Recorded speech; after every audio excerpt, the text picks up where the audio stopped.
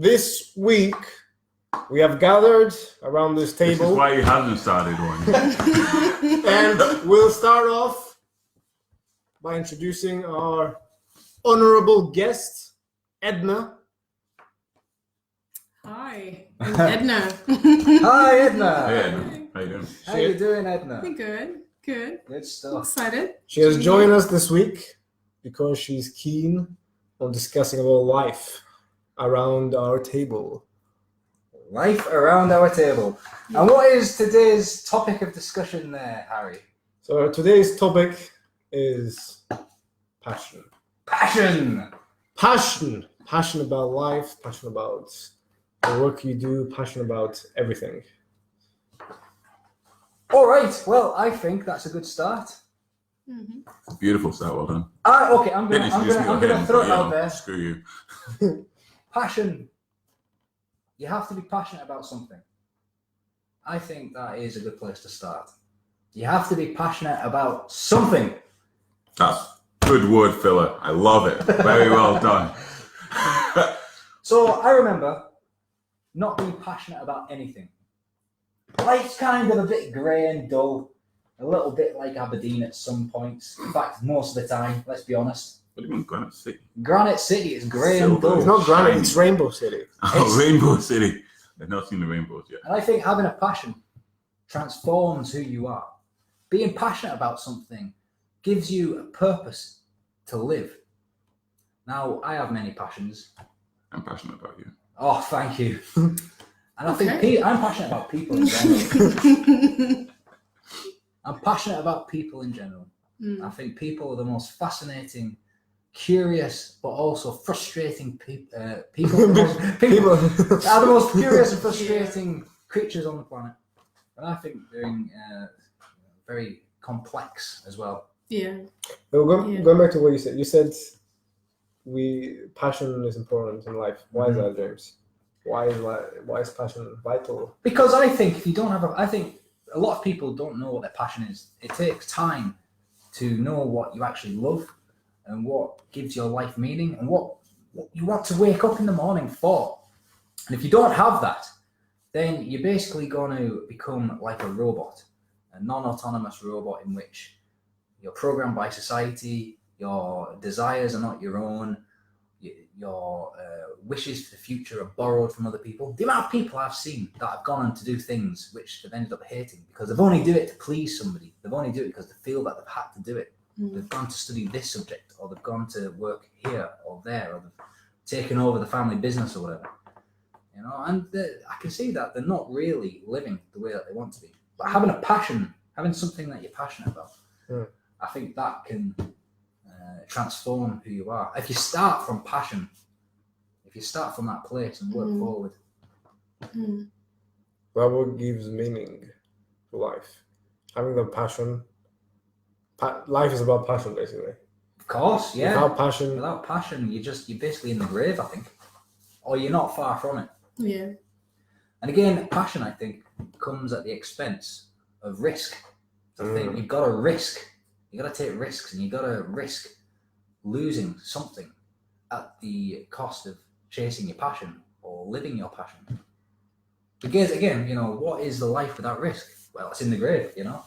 Well, yeah, you have to, you're working your job that you don't like, but you thought of this new idea that you want to try to pursue, but you need that risk. You need that drive in you to be like, that's my passion, and I'll take the risk to do it because life's about that. It's not about, surviving from one day to another. It's about living what you want to live.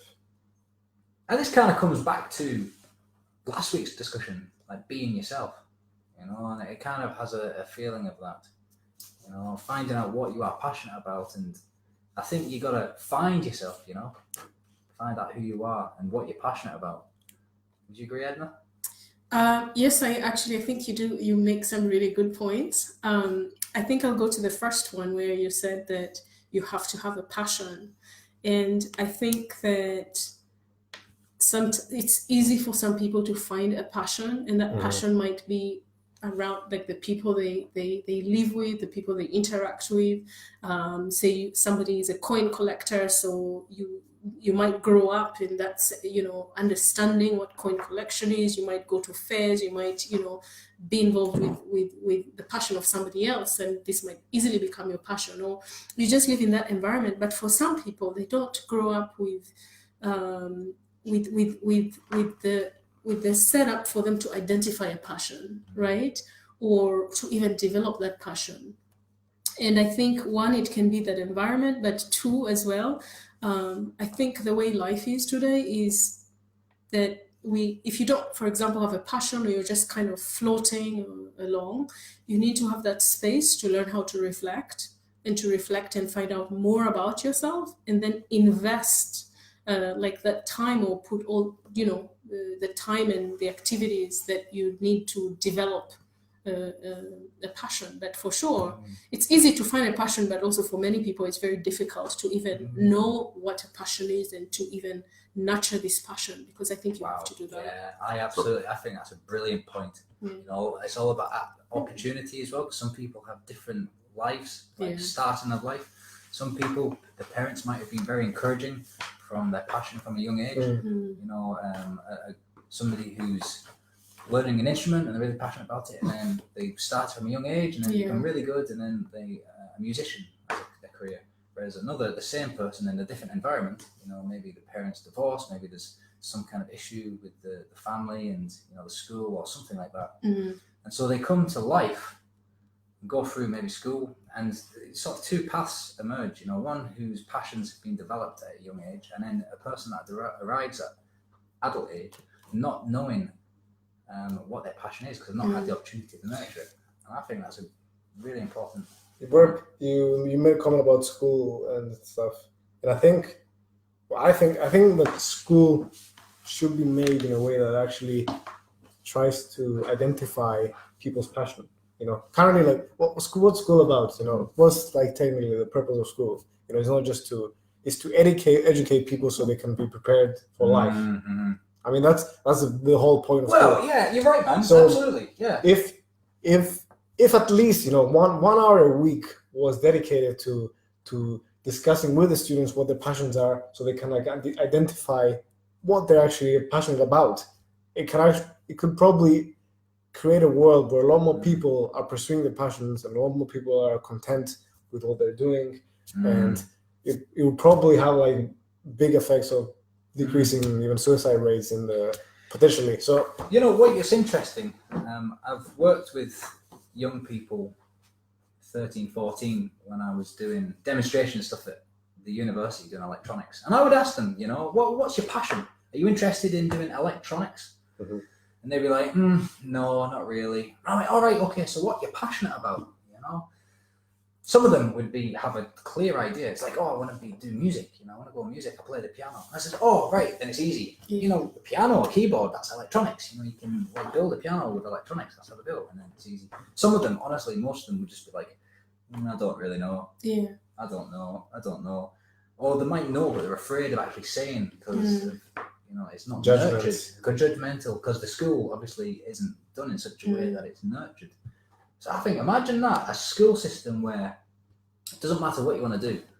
If you want to go into the arts, the humanities, the sciences, whatever, if you're passionate about it, then that's where you should go, regardless of career opportunities or potential employment, or how much money you're going to make, or you should forget all about that. And what you should do is start from a position of, obviously, it's all...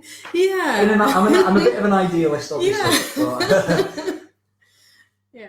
No. I mean, I think that it's the reality is that passions sometimes interact with real life. And so, for example, the school might want to nurture, a school or whatever environment might want to nurture and raise and inspire younger people, maybe even older people, to find this passion. That sometimes there's also has to be this separation between, I don't think all the time, but there has to be this separation between your passion and also maybe what you do for the rest of your life, say like your job, because the job is a big portion of your life. So some people are lucky that they maybe it's luck or not, but their job is their passion. But some people have a passion to take them away from their job because I was discussing this with somebody, and they were very much adamant that you should work to get money so you can live your passions. So your passions would be traveling, your passions would be, maybe having relationships, raising a family, whatever. And you need a job to do that. So working and being in employment was just a means to live your passions. Other people, I'm kind of the mindset that with the right opportunities, obviously it all goes with that. You spend so much of your life working, then I think that your job should be your passion, if it's possible. And I think that's what you should be doing. If your passion is something, your passion is X, then you should be doing X as a career, because that's what is going to want to make you wake up in the morning, and that's where you're going to be an optimal level of performance. But then again, it's not a simple life, is it? Sometimes you have to work a job you don't like because you need money. So, but how do you find your passion? So we've talked about how you use your passion, what situation you're in, how it could be applied, how schools teach it to you. But how do you find it? What about if you're in a situation that you guys both said earlier, where you were raised in a background where, passion, nobody in your family was particularly passionate about anything, or it wasn't something you look for, you were never inspired. How do you've now got the free time, like you said, to just live your life, to just go about things. But how do you go about finding a passion, I think you gotta try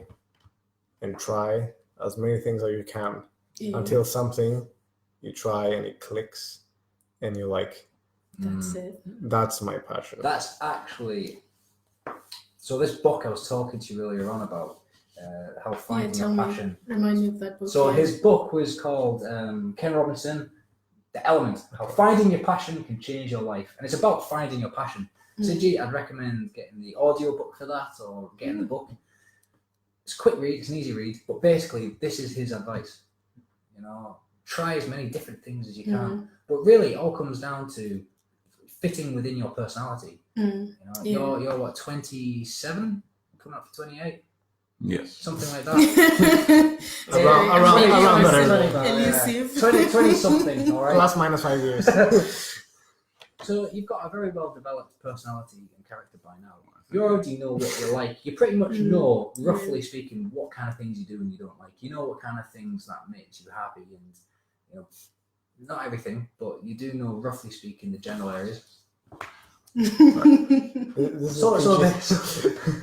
So, for example, broaden it. Like, my broad passion is making a difference to people, helping people, and then so I start from that broad aspect, because it makes me happy, feeling that I've made a difference to people. So how can I do that? It's a bit, I didn't have any one passion as such that would satisfy that, but then it opens up areas that I've not tried before.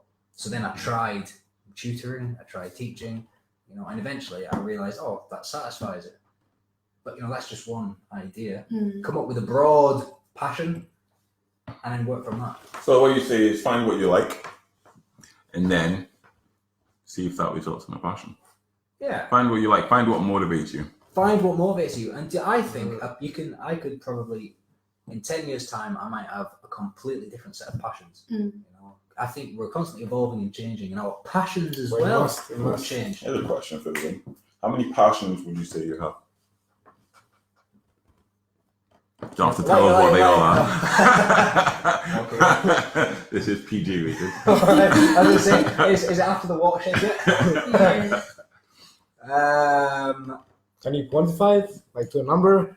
Do you even know? Wait, while you have a think it's about a sliding scale. I've got some things that I'm extremely passionate about, and there's some things that I'm mildly passionate about that might turn into develop into a passion with more nurturing, I guess. Yeah. It's quite hard. It's quite hard. I'm going to start off with, I want to make a difference in the world and help people. I'm passionate about talking about big ideas. That's why I like doing these talks. So I like doing these kind of things. I like philosophy, and I like trying to help people and motivate people. That's the kind of, and playing the guitar, writing, this kind of stuff. So I don't know. And it's all a various sliding scale of different passions. Traveling, but I've not done much traveling recently, so that's something that I'd like to do more. I mean, I think it's so. I mean, there's so many things that you can like, and then there's some things that you're passionate about. So I wonder what the difference is, like in your mind, how you even separate and say, I'm really passionate about this. This is, I mean, and how does it even express itself? I think Because you can like traveling, you can. So you can love like traveling? Yeah, you can. But that You doesn't can mean- love. Yeah, they're two different things. But passion, passion is very much towards the edge of love. I think you can't separate passion and love. I think passion is an expression of love. Okay, that's something for me to think about and reflect on. It's a deep one. well, I think passion is on the, you know, it's a scale of, here it's like you hate it, and the complete opposite of that is you like passionate about it. There's nothing about that. I think though that, I mean, I agree that there has to be either liking or loving, but the issue sometimes is where it is a short-lived passion versus Well, it could be. I mean, something it doesn't have to longer. be. Like, I mean, that's a good point actually. It could be divided into short-term and long-term passions that you might have something that you're passionate about the whole life. Yeah. But there's also something that, for particular reason, the way you are in the time, your emotions, your lifestyle triggers that kind of response to that one thing, and you feel like, oh, I like this. I want to do this. Maybe for a year. You don't have to do it for the rest of your life. But Okay. No, I like that when you like putting a period of time like helps, and quantifying maybe the benefits is useful, because you can be passionate about soccer and you play, you get to play one game of soccer, or you can sign on for it for a season, and you benefit from, I don't know, the activities around that passion. So if you're playing soccer for a year, then you're interacting with this group of people for a year, and what does that do for your life versus doing it for a month or 2 weeks. You enjoy it, and then so it's also knowing what's the additional benefit that you get from your passion that would let you maybe stay with it. Well, yeah, I'm not sure if I'm answering your question rightly, but I'm thinking when I speak to people who are passionate about something, how their whole demeanor and whole body changes. It's like they're given some kind of life force about their person. So I think even if it is short-lived, if you're passionate about something for short-lived time or compared to long-lived time, then it's going to be a benefit to you. Because I think it's giving you some extra force, some zest to life. And it's a better way of living. It's a more optimal way of living our lives, I think. If you're passionate about, I don't know, stealing things, for example, then you've got issues. Maybe it's not a good idea. But if you're passionate about something that's also, it's bringing benefit to your life and benefit to other people's lives, I think that's where the kind of the peak performance of your life is going to be. Yeah. Because can you imagine, right? You do a job, a 9-to-5 job, which you're not passionate about, but you're professional. You do a really good job because you're a professional person, and you want to make good money, and you want to make the boss and the company proud. But your heart isn't in 100%. You're putting in more effort to get the desired output. It takes a lot more energy to wake up in the morning. It takes more energy to put that effort in at work. Whereas if you're doing something that you're passionate about, it feels like you're getting the same output, maybe more, for less of an emotional investment into it, or less of a physical investment, I should say. So it's kind of like you're getting more bang for your buck by being passionate about something. I do agree with you, actually. So yeah, that's a problem. Yeah, but I do agree with you. And but I think, I mean, yes, you actually can find passions in many places. Like there's so many things that I've done. I don't know. I've taken up knitting, and I'm quite terrible at it. So I'd say, like, I went to a knitting class with a group of people, and you hang in there, but because you want to find something. Or to add to your list of passions. I found I wasn't passionate about it, but it was kind of nice anyway to interact with these people in my local community who need, that was kind of cool. Well, that's an interesting thing. You don't have to be passionate about something to do it and like it, right? Yeah. Just because you're not passionate about it doesn't mean you don't like it. You can do things that you enjoy, but you're not passionate about as well. I think you probably could do a lot of good in a job that you enjoy and you like, but you're not passionate about it. You can do activities and hobbies that you enjoy, but you're not passionate about it, and it still brings you benefit in life. Yeah, true. But I think it is. It's not an optimal way of living, And maybe you got to go through a lot of times. Maybe I don't know. What do you think, Siji? What's the question? Yeah. Well, it's not an optimal way of living if you don't have a passion. Well, you're living your passion. Living your passion. Yeah.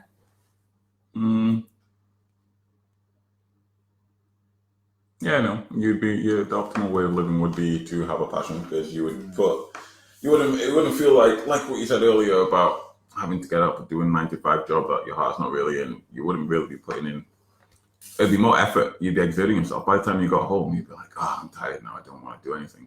If you did something you're passionate about when you got home, you'd be like, yeah, that was fun. I'm energized. Let's go do something else. I think you have an example of a short-lived passion that we both did. Short-lived passion. Hmm. It's okay to talk about camera. Oh, you mean the other time? It went to the tough Mudder, Tough Mudder. It was tough. Mm-hmm. It was physically, I think, one of the toughest things I've enjoyed. But we both enjoyed it. We both we both had that motivation in us because we're passionate about it. Even though it was one of the hardest physically things to do. We never thought we were we'll go home. We never thought I don't want to wake up to go do this. I guess I wonder what the passion in that was. What was the passion in that? To prove to ourselves that we could do it no matter what. The challenge. Yeah. Passionate about challenging yourself. That could be passion. Pushing ourselves to the extreme. Because it was fucking. What was this again? Difficult. Tough Mudder. Electrocuted. Ice baths.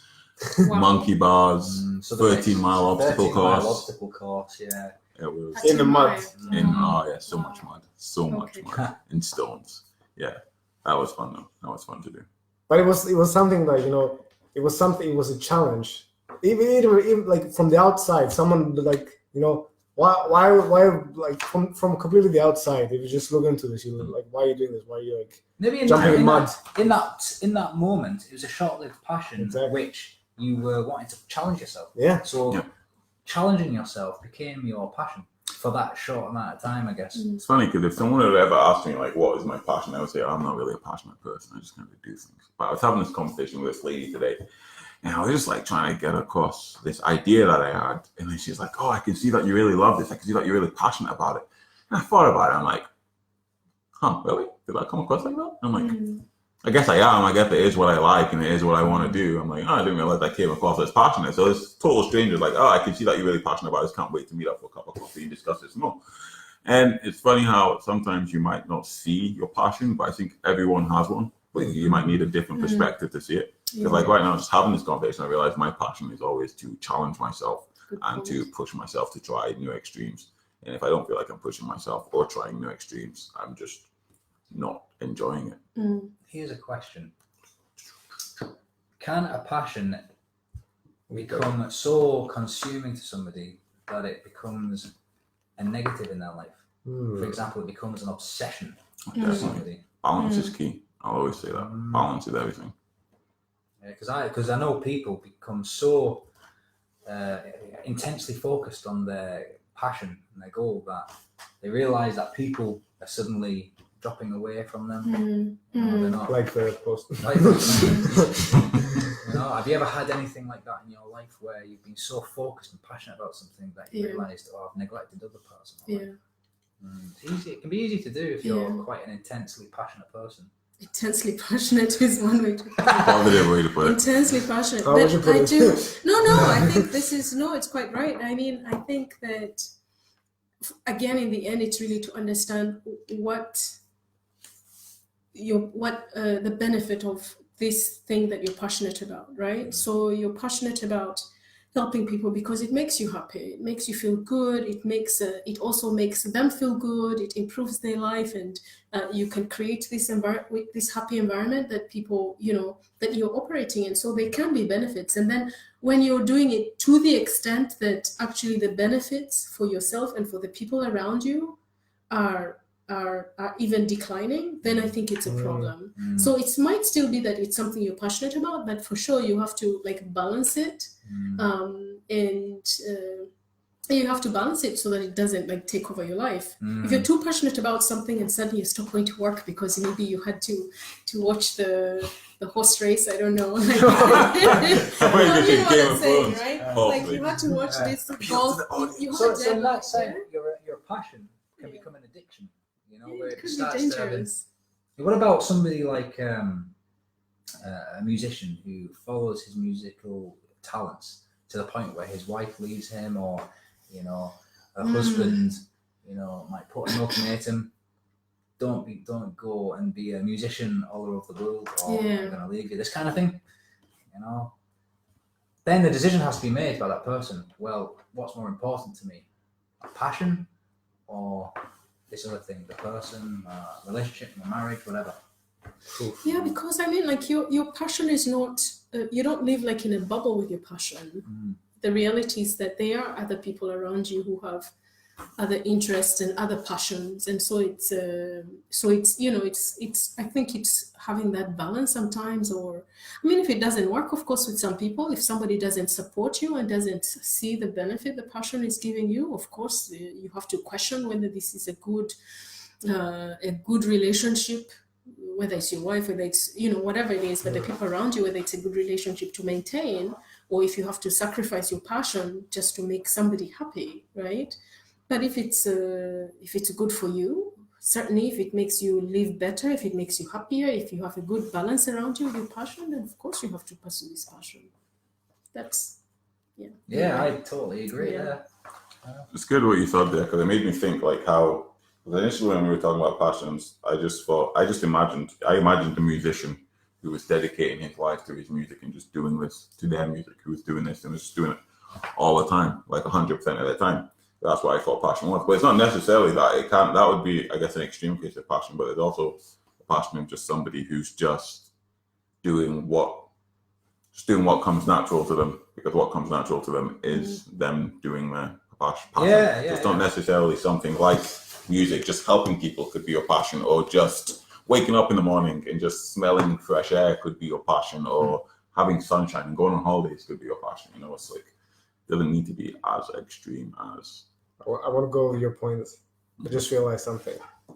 We in our today's society, we talk about our passions or something completely. It's what's your passion? I like to do this every now and again. Okay, but what if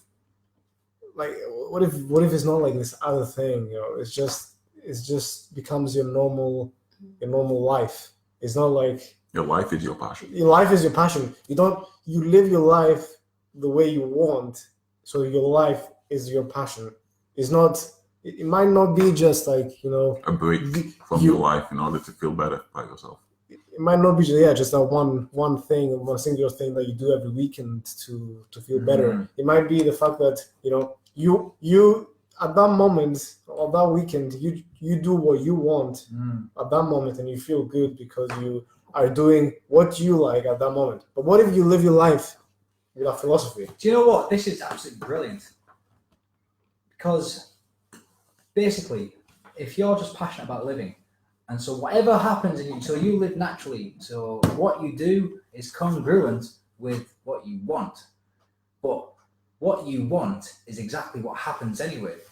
So life in itself is your passion. So whatever may unfold in your life suddenly becomes, right, awesome, cool, this is how it is now. And suddenly, so you follow your instincts, you follow your natural instincts, but there's never a moment where you feel that life is against you or that you're not living your passion, because life is a passion. That does sound kind of like a Stoic philosophy of, what do they call it? Go on, it's what's the name where they're in? It's kind of like where they're in Serenity. I can't remember the name of it now. It's where they're serene and there's a name for it. It's kind of like a state of being at total bliss and peace, but because they don't have any like impulsive desires of wanting something, or they don't have many regrets. Life is their passion, even the good and the bad. Is that kind of similar to what you were saying? Or you were just saying, how about we just live a life, of pleasure? Just follow your pleasure. No. I think it's actually this is a philosophical thing that there's two mindsets. Do you follow the today, the pleasure now? You want to eat a tub of ice cream, but tomorrow you're not gonna feel good because you ate a tub of ice cream. Do you think 2 days ahead? Do you act today for the pleasure of the yearly pleasure, like in a bigger time context, or do you do now what you want now, or do you live in that bigger time frame? And I think you can't, because people say live the day as it's your last. I mean, that's a good philosophy, I think, but it has some limitations that you practically, a lot of people would do something on the last day that would live that would, if they still woke up the next day, their life might be completely different because of.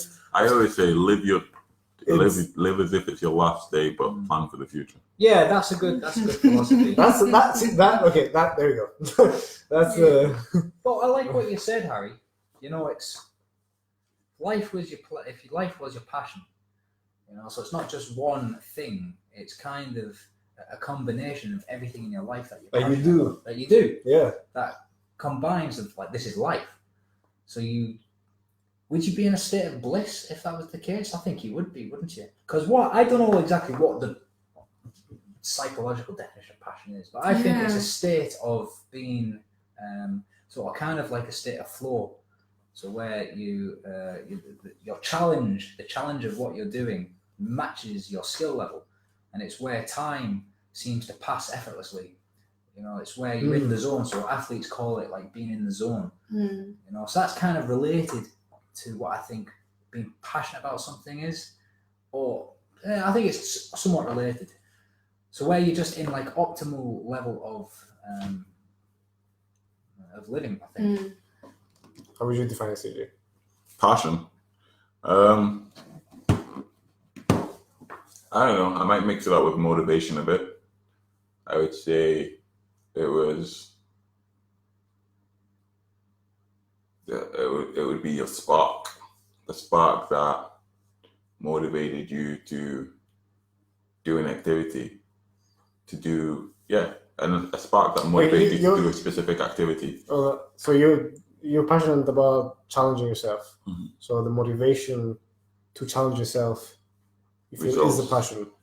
Yeah, because that would result in me doing different activities such as Tough Mudder, such as trying to run a business, such as getting a degree. See, I reckon entrepreneurship could be a passion. Only because I think you're creative and you come up with ideas, and you have this unwavering belief in yourself that one day you are going to make it. Oh yeah, totally. I'm going to be a billionaire soon. But I think this space.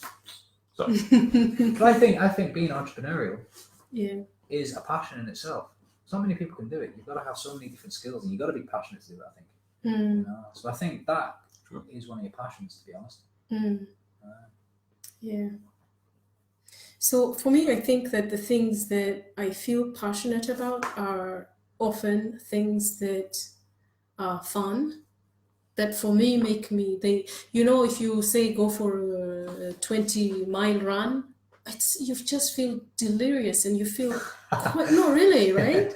It's great. I've done a 20-mile run. Yeah. So. Did you feel pain? But sometimes it's those things that you do that really challenge you. So you like it running? Can be. I do like anything almost. I can find anything passionate almost in anything physical. Wow. Okay. Absolutely, because it's such it's a rush maybe, it makes you feel happy. It makes you. So dancing? You like dancing? Absolutely. I'm not good at it. Yeah. But yeah, I mean, because you're really You're in a moving way, your it's body. like it's expressing yourself. You're moving your body. I find it very hard to, if you're dancing with 10 people and you're all enjoying the dancing experience, you're all having fun with each well, other. that's You're the really interacting. You're connecting. You can't even judge somebody and say their dancing is a little bit dodgy, right? You're all in like your dancing space. You feel happy. You feel great.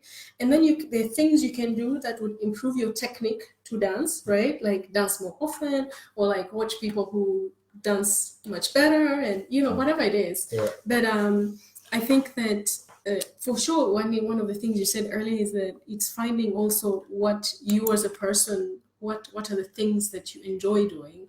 So if for me a passion is related to something physical, that's great. That makes me happy. That makes my life.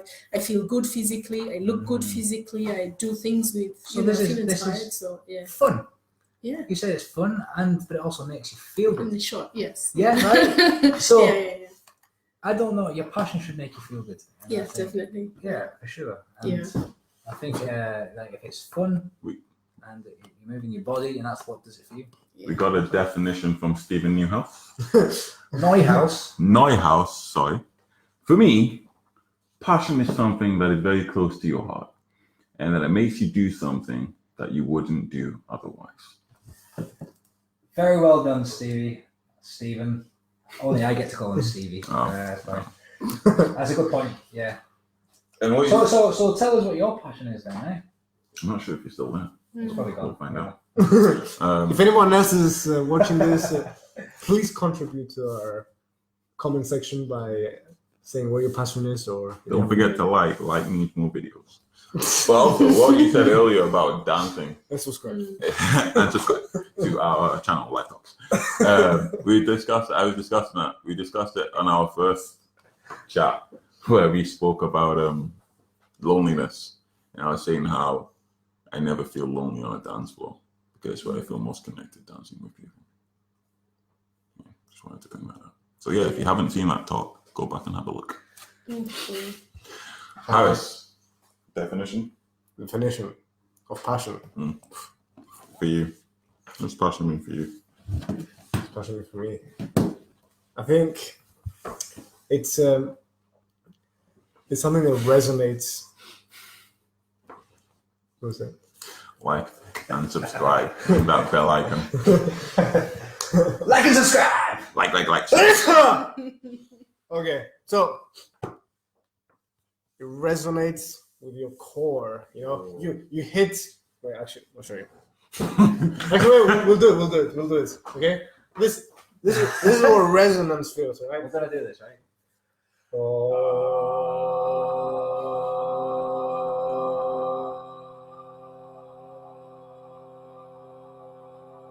This is what they do when they're alone at night.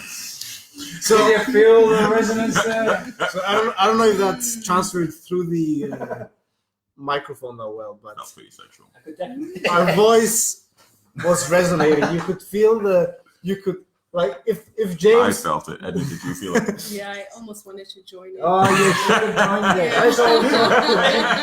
Let's all get. There's a four-part harmony here. Four-way? Yeah, let's do Can you it. do it? Let's I do cannot it. harmonize to save my life.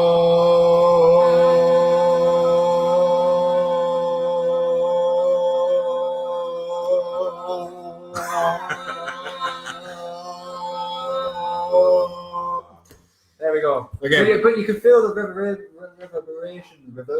Yeah, Exactly. felt something. Yeah, it feels good too. Tingled in It does, the doesn't toes. it? Yeah. See, Can you imagine a whole group of people doing it? Oh, amazing. Yeah. Yeah.